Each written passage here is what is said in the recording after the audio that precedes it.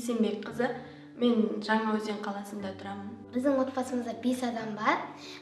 Әкем, анам, ағам және менің егізім. Әкем мен үшін ең қымбат жан. Мой папа самый добрый, он всегда всем помогает.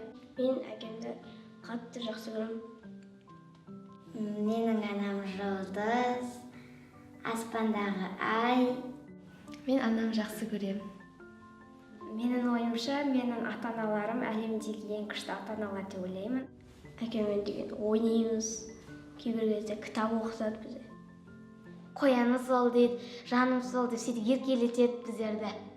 Мой папа похож на Супермен. Менің мамамның жұмысы қауіпті. Жұмыстар өте қиын. Білемін, олар келген кезде шаршап келеді. Мен оның жұмысы туралы өте қатты уайымдаймын, себебі ол жұмысында көптеген қауіпті заттармен шұғылданады сондықтан. Әкем жұмыстан кішкене қалып қалған кезде уайымдаймын. Мама кейбір кезде айтады мама өзі. Мама түнде келеді деп. Бірақ айтпасам мен отырамын күтіп үйде. Говорю, пап, ты когда придешь? Он говорит, сейчас приду.